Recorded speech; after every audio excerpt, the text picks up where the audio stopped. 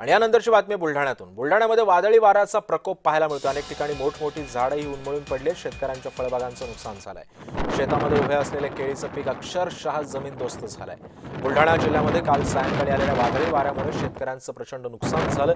जळगाव, जामोद, संग्रामपूर तालुक्यामध्ये शेतकऱ्यांच्या शेतामध्ये उभे असलेलं केळीचं पीक जमीनदोस्त झालंय।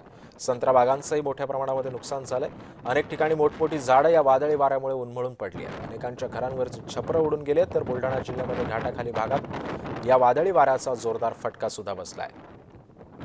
आणि या सगळ्या संदर्भामध्ये अधिक माहिती जाणून घेऊन माझे सहकारी प्रफुल्ल खंदारे आपल्यासोबत आहे। प्रफुल्ल, ह्या दृश्यांमधून एक अंदाज बांधू शकतो की काय सध्याची परिस्थिती असू शकते? अतिशय भीषण आणि अतिशय काळजाचा ठोका चुकवणारी ही दृश्य आहेत। कशा पद्धतीने वादळी वाऱ्याचा फटका हा शेतकऱ्यांना बसलाय? अक्षरशः केळीची बाग जमीनदोस्त झाली आहे।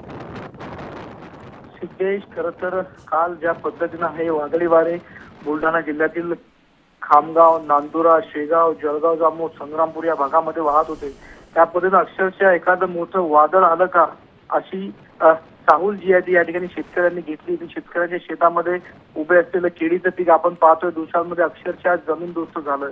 फळबागामध्ये संत्री असतील किंवा इतरही झाडं आहेत, मोठमोठी झाडं जी आहे ते उन्मळून पडली आहे। अनेक झाडे रस्त्यावर येऊन पडली आहे। त्यामुळे या संपूर्ण वादळी वाऱ्याचा मोठा फटका हा शेतकऱ्यांना बसला।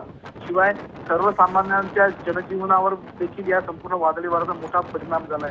आपल्याला माहित आहे खरीपाच्या हंगामाची सध्या तयारी सुरू आहे आणि शेतकरी मोठ्या उमेदीने आपल्या शेतामध्ये कामाला लागलाय आणि अशा पद्धतीने वादळी वारे आल्याने फळबागदार जे शेतकरी आहेत त्यांचं प्रचंड नुकसान झालंय।